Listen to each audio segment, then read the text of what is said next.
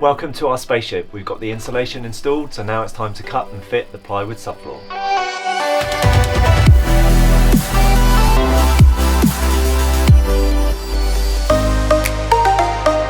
Welcome to our van plan. So this is part 2 of our subfloor installation. In part 1 we basically cut battens and fitted 25mm rigid PIR insulation board into the gaps, and then created a vapor barrier using the foil tape. In this video we're going to take our 12mm ply, cut it to a template of the shape of the van, and then fit it as our subfloor. So as you hopefully saw in part 1, this is our finished insulation and vapor barrier, which covers the entire of the floor area. One of the things we've done since is to vapor barrier the wheel arches and then make sure that's a continuous sealed barrier right the way up and over the wheel arches. And the other thing we've done is we've basically taped up some vapor barrier.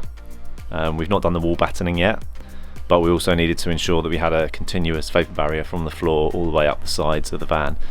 So what we decided to do was tape this up in place so we can fit the ply floor and cut the ply floor to along the edge there, so it butts up nice and close. And then when we move on to battening and insulating the walls, we can basically untape that at the top and that will fold down. We can do the walls and then fold this back up over the top and fix it permanently. So hopefully that will work, and it provides us with a nice edge all the way around the van to work with as we're cutting the plywood. So we're going to use 12mm ply to go on top of this insulation. A lot of people use 18mm. I think 12 will be fine. We're quite tall, so we wanted to maximise the space available to us or minimise the height of the floor. So we're going to go with 12mm ply. And then we need to think about how we're going to lay out our sheets in the van. We've got 3 sheets. I think we probably need 2 in a little bit, to be honest, but looking on YouTube and seeing other people, they tend to go lengthways into 3 sections. Looking at our particular layout, we have kitchen units running across here, seat running across here, and this area, this kind of square area here, is the only place we'll be walking. So what I'd like to do is have a single sheet, a continuous span from the front back to where the seat's going to be. What that means is we can run a piece lengthways, so 1.2 metres brings us out to about here, so we can have a join on this batten running along there, and then we can almost get to about 2 and a bit metres going towards the back, so it will just clip around the wheel arch there, and then it means this whole section here is a single piece of ply. So in order to do that, we need to make a template because we need to cut the ply to the shape of the van. You can see up here we've got indentations, we've got corner pieces, then it runs straight along the doorway, and then around the wheel arch as well it needs to be cut in. So I'm going to use this brown paper, and I've made a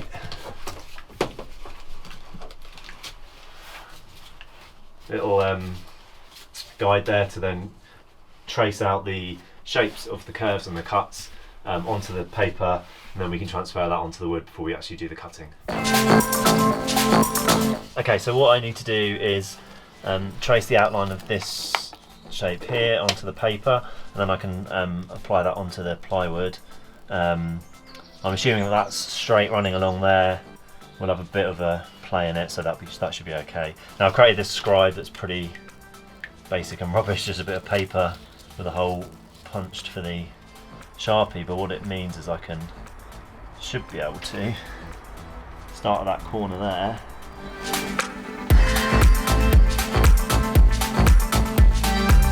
So I've just got to deal with this little gap now, so I think if I look at where that goes, it needs to come to here and then pretty much straight back. Okay, so what I'll do now is cut this out.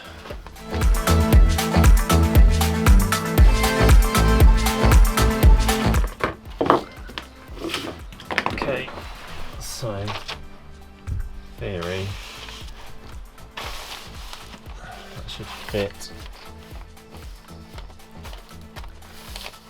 nice and close. I think we need to trim a little bit on here.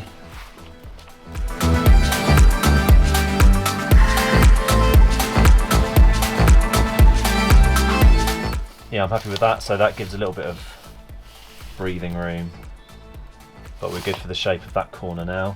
So the next thing to do is around the wheel arch.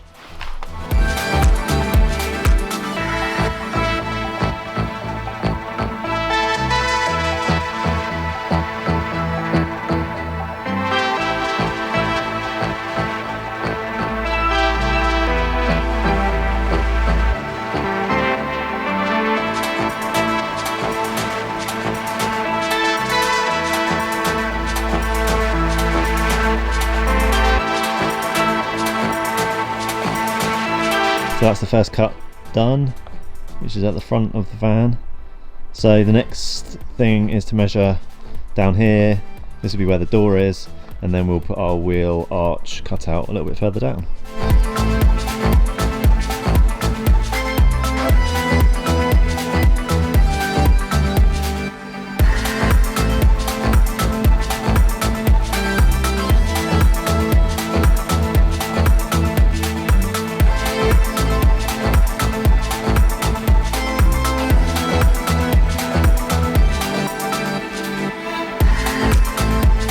Not too bad. I think there's a bit more of a gap here than I'd have hoped, but it fits the shape of the wheel arch, and I'm going to box that in as well, so I don't think that'll be too much of a problem. And then straight along here, and then in this corner again, a little bit more of a gap there. That part's okay.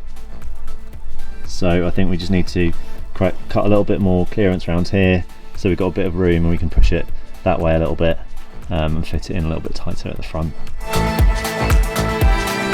The next panel we're going to measure up for is this one, which is going to be actually underneath the kitchen units, but what we're going to do is measure the depth of this panel all the way along. We'll make a single cut in a new piece of ply, so that it will butt up against here, and then when that piece of ply is a little bit narrower and smaller and easier to work with, we can bring it in the van and then trace out all the corner points, get those cut, slot that in. So starting with measuring, deciding on the width. And this is the actual van panel here. This is the most protruding of the edge along here, so that's really going to define where this needs to come out to. Yeah, so I think 58.5 centimetres depth will get us around that pillar, and then we'll sit nicely along the back there. So we'll do that now. Okay, when we did the other panel, it was a bit of a crude attempt at trying to do a scribe made out of a flimsy bit of cardboard, and it wasn't really the best. So we've invested in this new thing here from Amazon, which is basically a way of shaping. This kind of conforms to the shapes, and then you can transfer that onto your template here. So basically, as you push that in, you can see it kind of changes shape. So in theory it's more accurate. So we're going to give it a go on this one. The idea is to kind of use this all the way along here to get the shape, transfer it onto the paper, cut out the paper, make sure it all fits nicely, and then transfer that onto the plywood.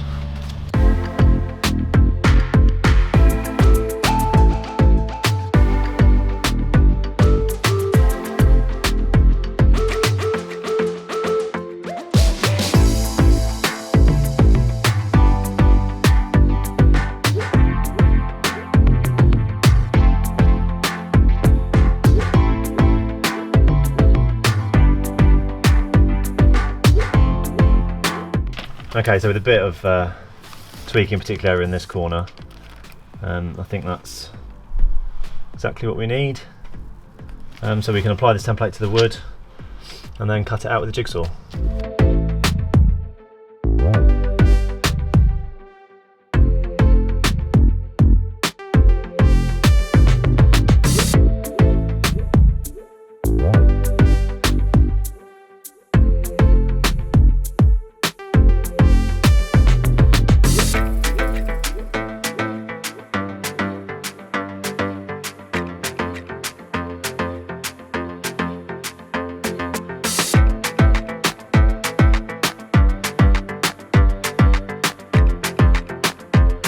Right, so this is way more difficult than it needs to be, I think, but we're happy with the result, but the gaps are a little bit bigger than anticipated, despite all the templating. But anyway, it fits in nicely. The wheel arch again same as the other side really, a bit too much of a gap around that, but we're going to box the wheel arch in anyway, so that doesn't matter so much. And then the pieces are lined up here at the back, which is good. So we just got the last piece now running across the back, and we'll get on with that now.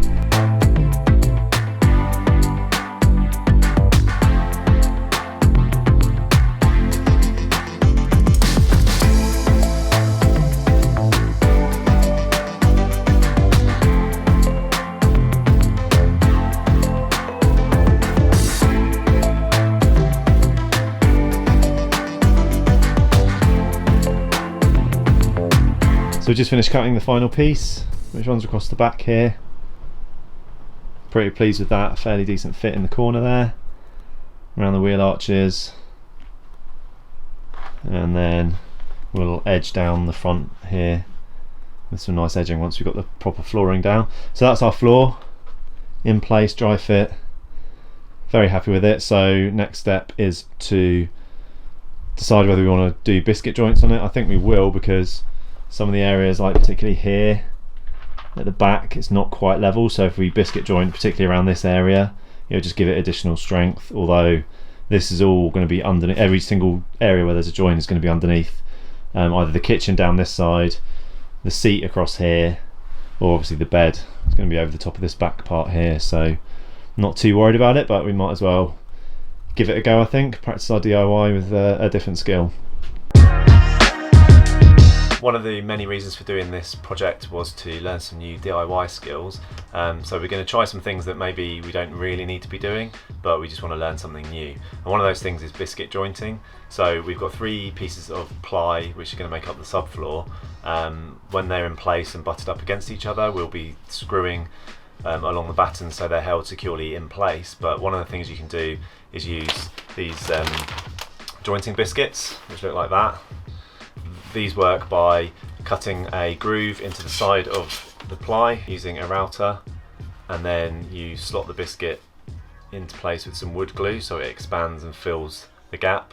The second piece of ply then connects onto that, and the biscuit, which is as you can hopefully see there, kind of sticking out, is half in this piece of ply, half in the ply next to it. The wood glue expands and cures, and the 2 pieces are held with some strength running between the 2 pieces, as opposed to just down each piece where it's screwed in. So we're going to give that a go, and hopefully that will give the floor a little bit of extra security and strength. With the ply in place, we've marked across where we're going to put the biscuit joints. So now we're going to take each piece out and use the router to create the grooves for the biscuit pieces to go in.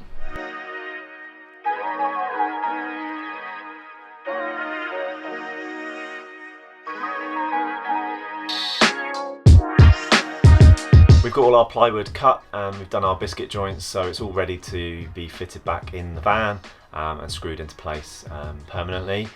One of the things we've been talking quite a lot about, or thinking quite a lot about, is whether we need to do any sealing on the, or protection onto the plywood pieces to give them sort of water resistance, resistance to mould and mildew. Most people don't seem to do that.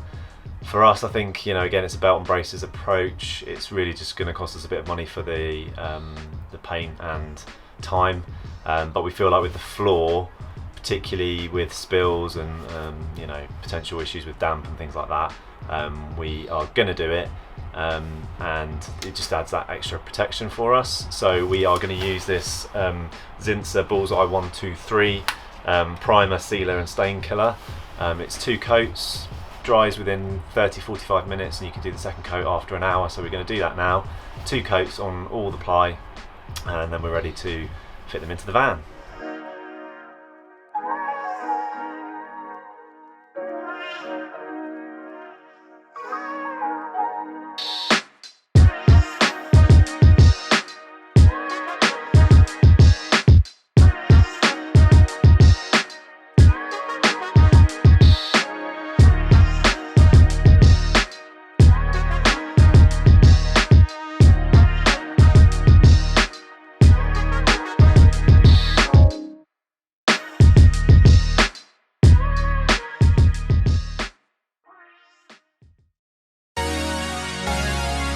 So it's the end of another week. Last weekend we finished the treatment on the wood. We painted it with the Zinsa Protect primer, 2 coats of that. That's been then sat in the garage for a couple of days, fully dry and all good now. So the final part of our subfloor build is to install the plywood in the van. We've obviously done the biscuit joint, so the first part is to get the big piece in behind me here. Then we'll glue in the biscuits into that, and then we'll fit the small piece along this side first, and then finally the back piece, and then screw it into place onto the battens here. I don't know if you can see the green masking tape around the place. I've marked out where the battens are, so once the floor's down we're not going to be able to see where they are. So hopefully I've got every angle covered so we know where we can screw into. But let's go. Right, so we need to glue the biscuits in place. I've bought some Gorilla Wood glue and I'm just going to, a bit awkward, but try and squeeze some in there. Not too much though. The cat jumping off it isn't helpful. And then get the biscuit and just slot that into place like that. Make sure it's half in. There we go.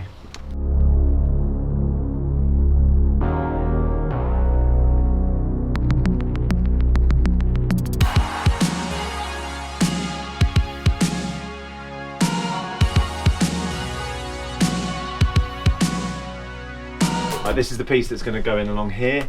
We've obviously got the biscuits in place in the big piece, so the challenge now is to put some glue into all the slots along here, and then lift this piece up enough that we can slot this on, hook this over the biscuits, and then lower them both back down.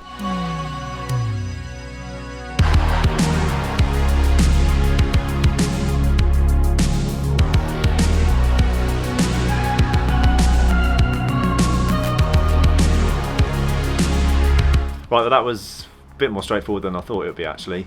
So the final piece is to fit in the small bit at the back, which is easier. 2 more biscuits to go in at this point. Glue on the side of this panel, and then we'll slot that in.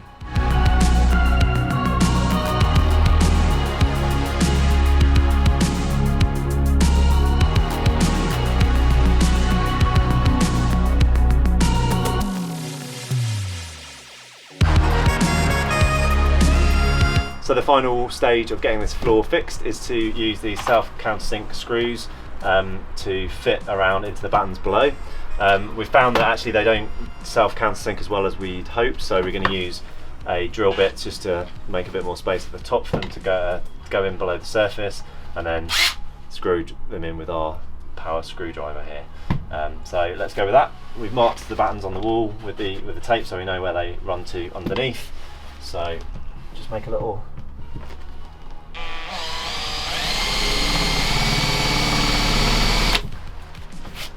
not too deep, and then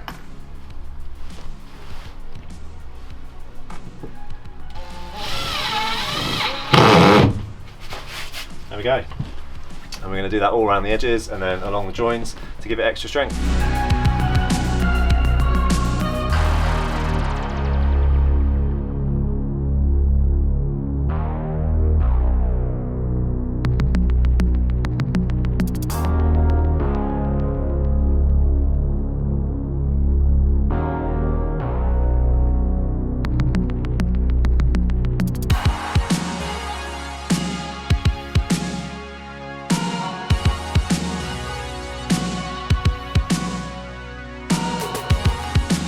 Our subfloor fixed in place. It's been quite a long process, from the battening and insulating, vapour barriers, cutting the plywood, biscuit jointing, and then finally screwing it into place. But we're really pleased with the finished floor.